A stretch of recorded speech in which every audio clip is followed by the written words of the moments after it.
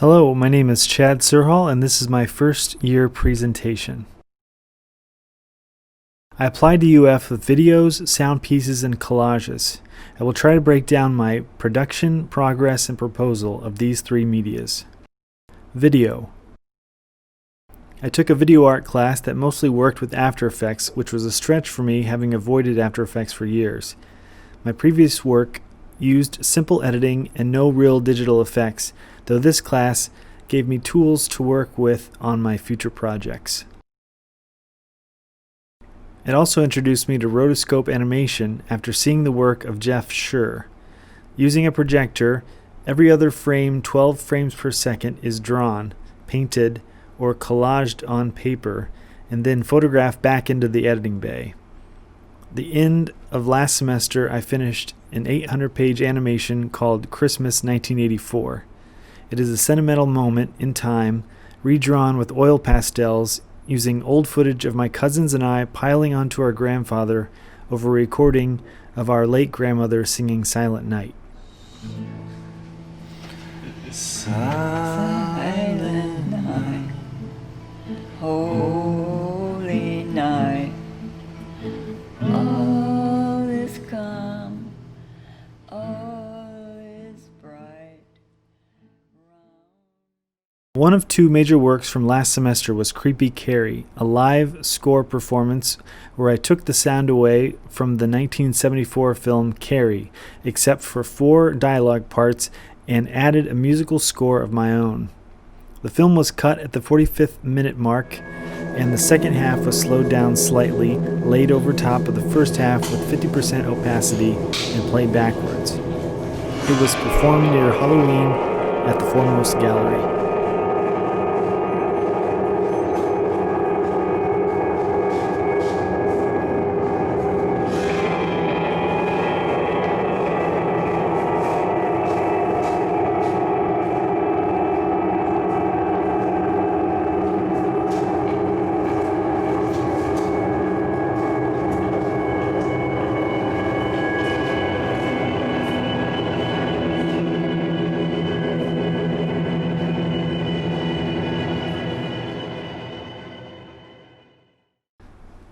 This semester I have been working on another rotoscope animation that will be close to 4,000 pages long, which is 5 minutes and 13 seconds. I was only able to get a quarter of the project painted this semester. It contains 3 seconds of 110 of my favorite American films. Each scene was chosen using my own personal connection as well as guidelines such as no speaking or firearms. The project is about the process of choosing the films, choosing the 3-second scenes, choosing the sequence, choosing the color palette, and choosing the medium to portray the life of the film. I hope all these choices, as well as the films themselves, connect to the audience.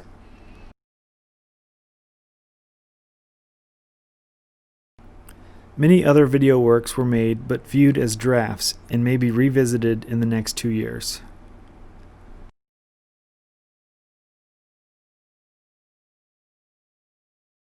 Sound.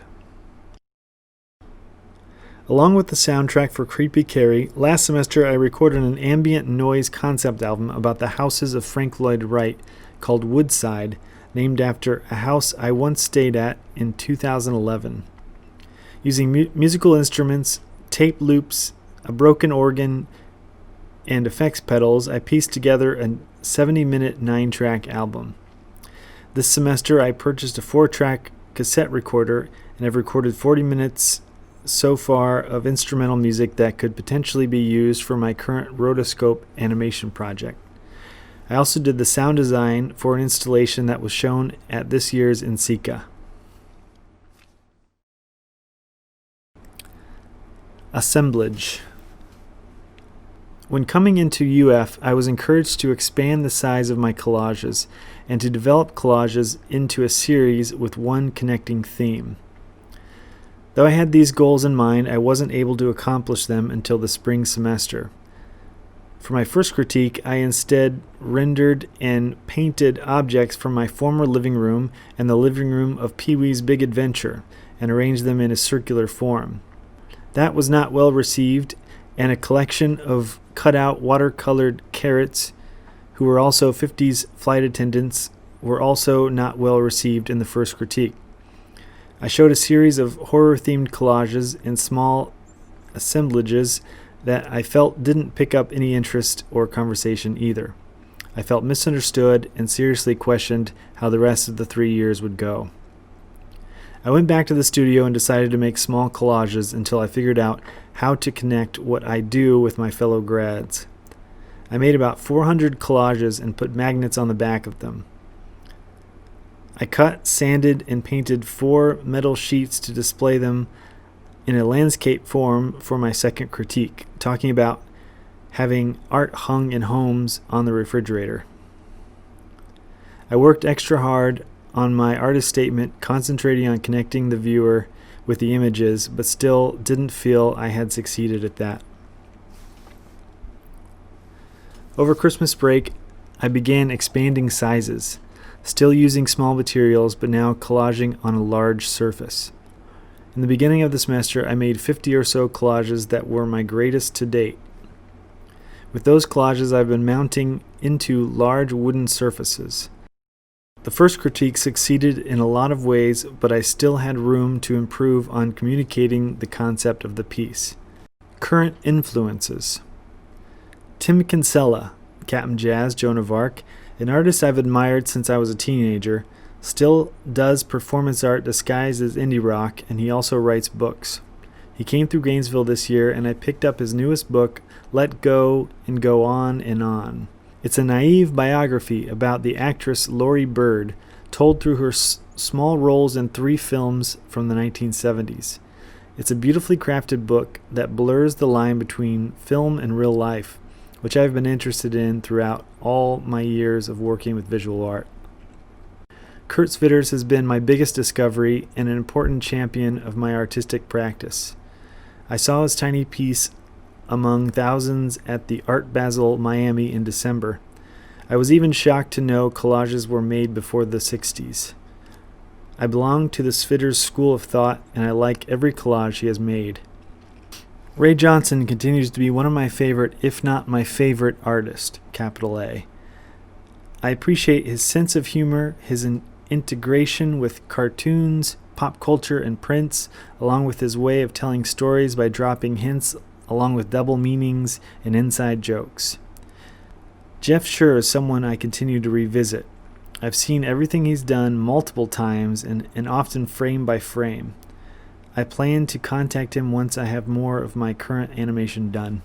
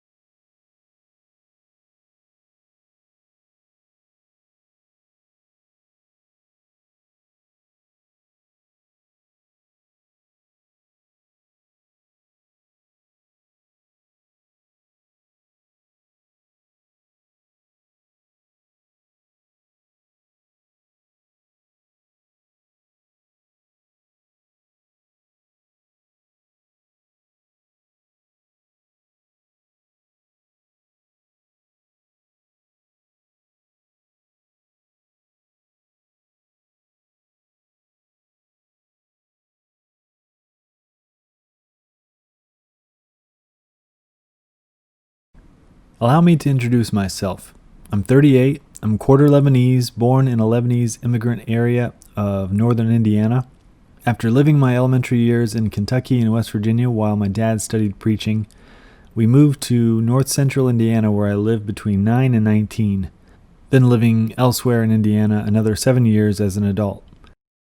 The 50s and the 80s is an all-encompassing way of describing my interests.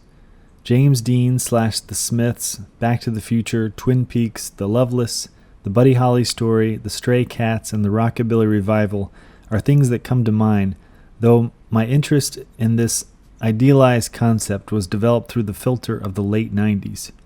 The early 2000s brought a more mellow version of myself with indie music, old-time music, and indie films. I was originally a musician, heavily involved in the local music scene in Indiana, then became extremely interested in film, which led me to cartooning. I drew short graphic novels for 12 years until I retired forever. I then tried my hand in writing for 2 years as well as editing video, during which I wrote a novel about working on a horse ranch, a short story about James Dean and Frank Lloyd Wright, a short story about Fountain Square in Indianapolis, and made many music videos for bands, one being a claymation and others using scenes from movies. I started collecting and cutting material around that time in order to generate material for show flyers, cover art, and other visual advertising and merchandise, but then started making standalone collages with the materials, inspired by a small alternative gallery that opened up across the street from my house. I had my first collage show in the summer of 2016 and have been making small collages ever since. My first year review was done so early that by the time the school year was over, I had created a year's worth of work. The pressure of explaining what I was making was off, and most of my classes, except for early 20th century art, was basically over. Pushing further the concept I had been experimenting with using decollage, I began gluing large pieces of paper to a wood surface, painting over them, sanding that, and painting another color over that, and sanding that, etc. I tried a few techniques and most worked well. I loved the layering and the by chance effect the sanding made. The size, too, was appealing.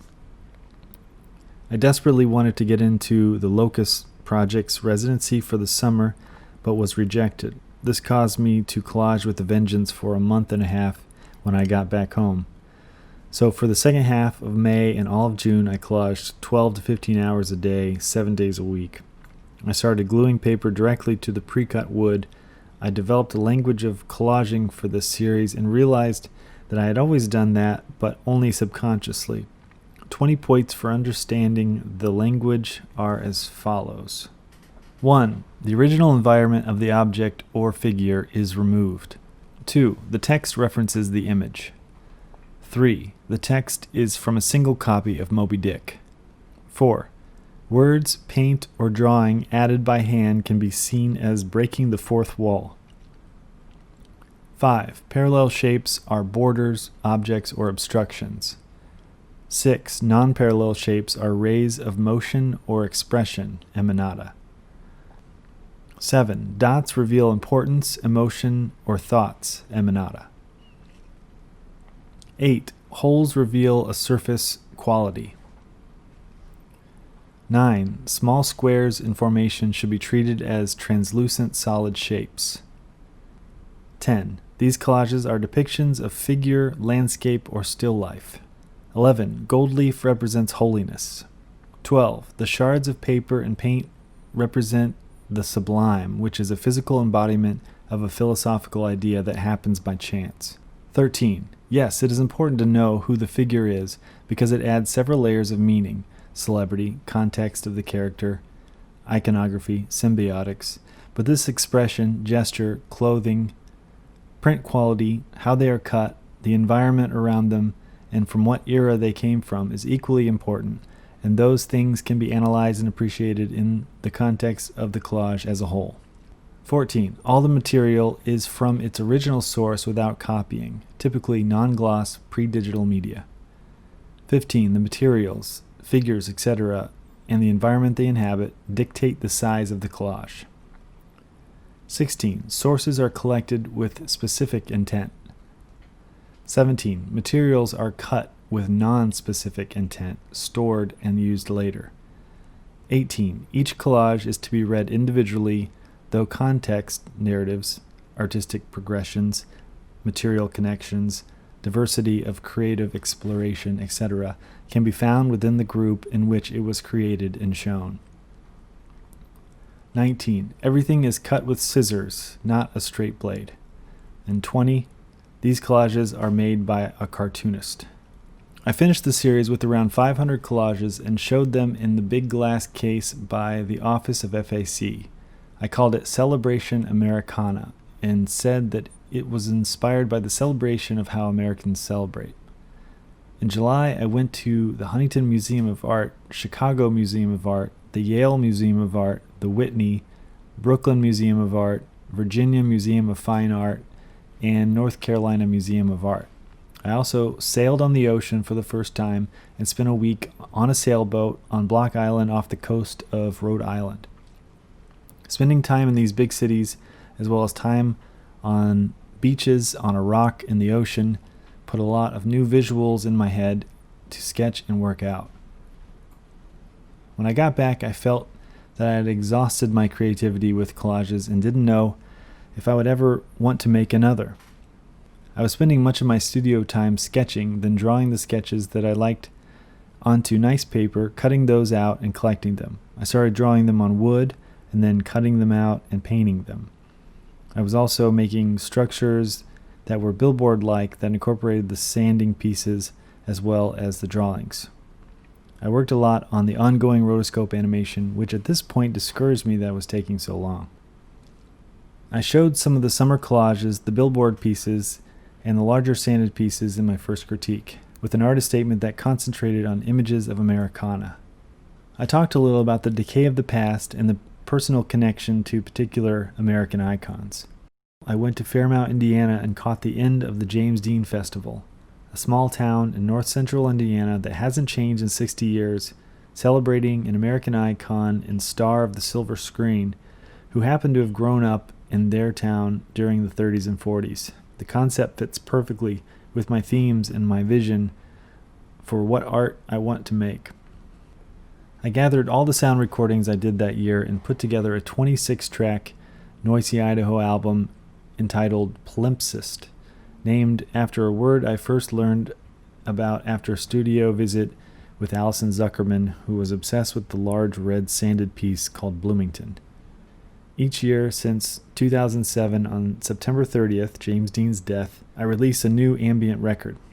Palimpsest weaves sound clips of Ray Johnson talking about various things. The first track was a 12-minute long version of "Oh Death," which is an Old English folk song that I recorded after I heard the news of my grandfather's passing.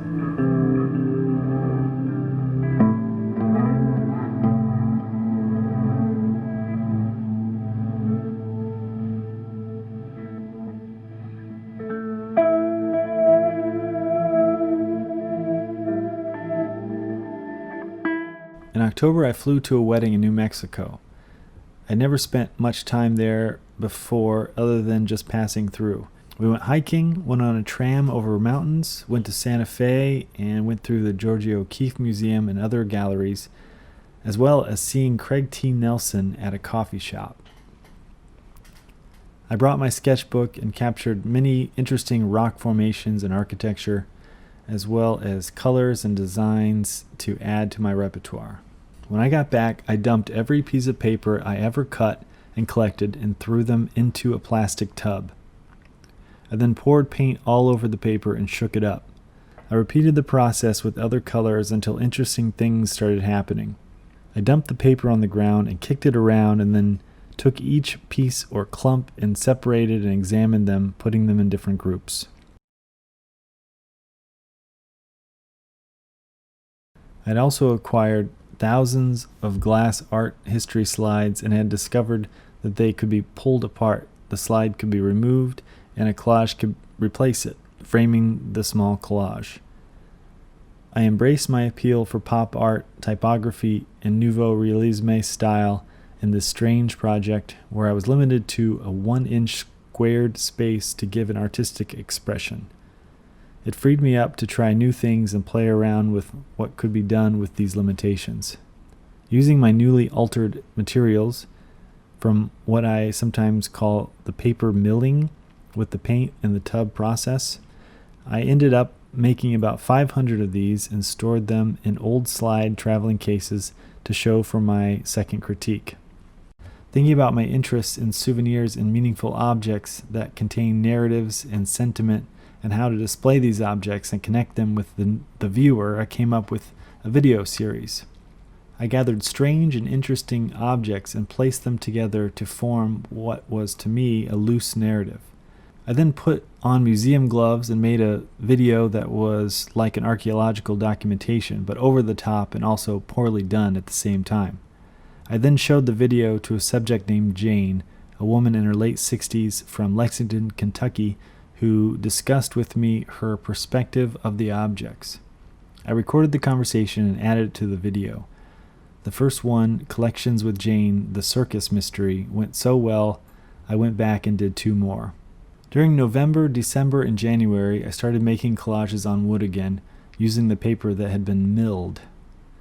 At first, my eyes didn't like looking at them because everything had paint all over it. Nothing was clean of paint, but I started thinking of them in warms and cools and matching colors with other combinations and really started understanding how to manage the material. I made 1,000 pieces that were a little smaller than usual. These new collages were blasting with color and were basically 5 different series mixed into one. The collages that were just paper with paint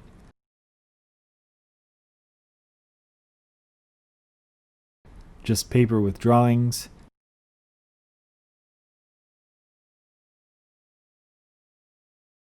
had images and words,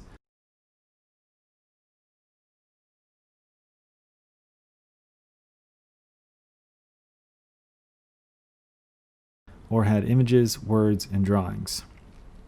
The subjects were mostly 3 categories: film, comics, and bowling iconography. I broke most of my established rules for the language of collages. I allowed figures to exist in their original environment, but that environment needed to be touched by paint to bring it into the world of the collage. The figure also needed to have been touched by paint in order for it to belong in that world.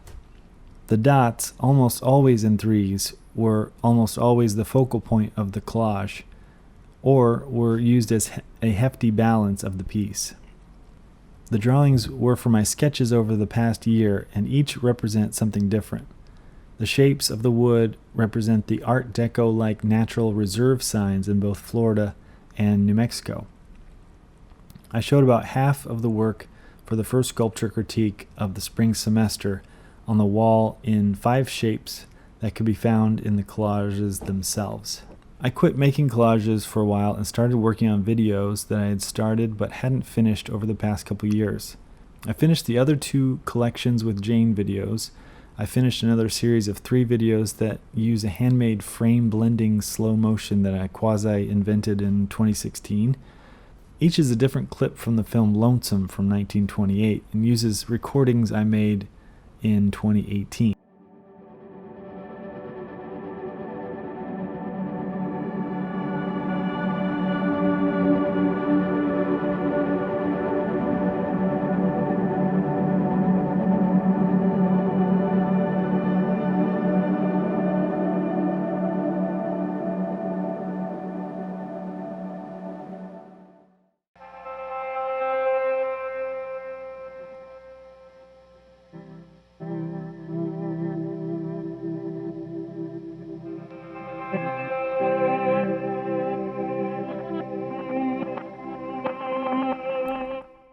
At the end of February, a small garage gallery in DeLand needed a filler artist to do a solo show, and since I had all that new work plus had wanted to show some of the bigger pieces, I gladly agreed.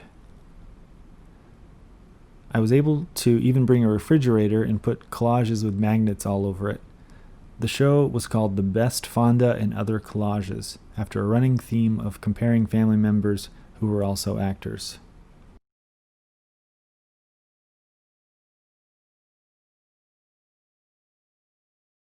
So the school shut down and I exiled to DeLand, Florida, where my partner lives. But before leaving, I cut what seemed like a lifetime supply of wood and packed books and books of images for future collages. I was given a little area and a desk to work on, and after a couple of weeks of mourning, I got acclimated and began a quarantine onslaught of collaging. I also decided during March, April, and May that I would finally work on an online project about a basketball player named Mahmoud Abdul Rauf, who was blackballed in 1996 for not standing for the national anthem. He was my favorite player, and I wanted to make a concerted effort to get his name out there by editing all the footage I could find on the internet of his high school, college, NBA, and Big Three career and package it nicely for social media. I put out 2 one-minute videos a day for a couple months until I ran out of material and also lost steam. I managed to gain 400 followers, made some friends, and met some other diehard fans. It was perfectly timed because people were all home on their phones, and then the Black Lives Matter movement kicked into full force, and people like Colin Kaepernick and Abdul Rauf were brought up in the conversation of black people who were silenced during their fight for equality. Using different milling techniques like spray paint, house paint, and watered down paint, I used different kinds of images, knowing I wouldn't be cutting them out of their environment. I had bigger pieces of wood this time and can use bigger images occasionally. I used a controlled color palette and a better quality of paint in general in the process. For the most part, the collages were of scenes of movies, comics, or were just paper.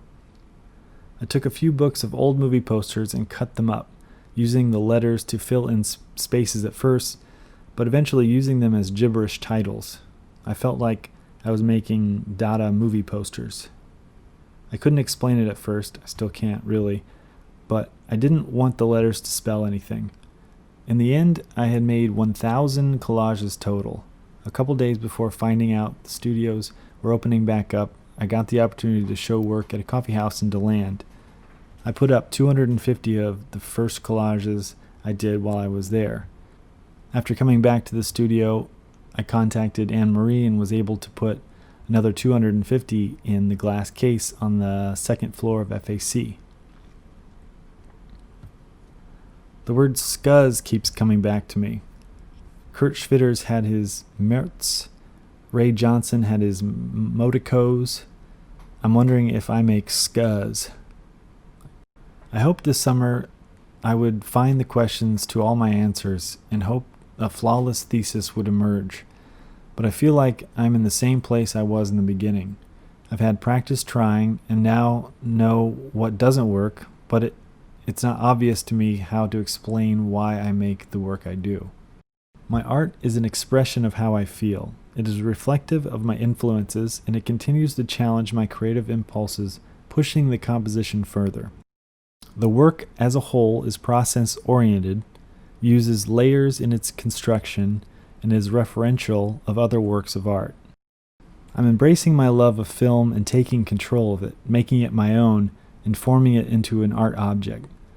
I'm making my own visual footprint in the history of cinema.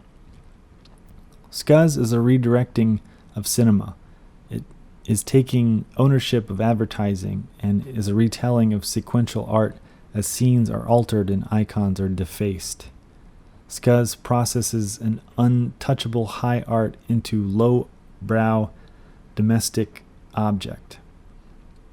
Scuzz takes hold of identifiable images like scenes from old movies or comics and makes them its own, using techniques found in cartooning, graffiti, satire, movie posters, Dada, surrealism, and various forms of photo collage. This picture of myself inside the Royal Theater marquee in Archer City, Texas, which is the exact location of the opening shot of 1971's The Last Picture Show, was the first picture I showed in my first seminar PowerPoint about myself. It's so significant because it is physically me inside of a remnant of a movie. I spent 12 years researching The Last Picture Show in this town while writing a prequel. I wanted to be inside this movie. I wanted to know everything, to fully immerse myself in its details, losing track of what was fiction and what was non-fiction. I cited the book by Tim Kinsella in my first year review as being a new reference for me. It's a biography of an actress told through her roles in 3 consecutive movies as if she were the same character in all 3. The book brought me inside the movies, and the best way it captured that feeling is to start scenes earlier, extend scenes, or to alter the perspective, like in a dream. My full immersion of film and my altering of images in my video and collage art is in a way lucid dreaming, taking control of and changing to how you want it. It's similar to determent art, but I'm not always changing the meaning. I'm just changing the filter. Thank you for listening and watching this very long video essay about my second year of grad school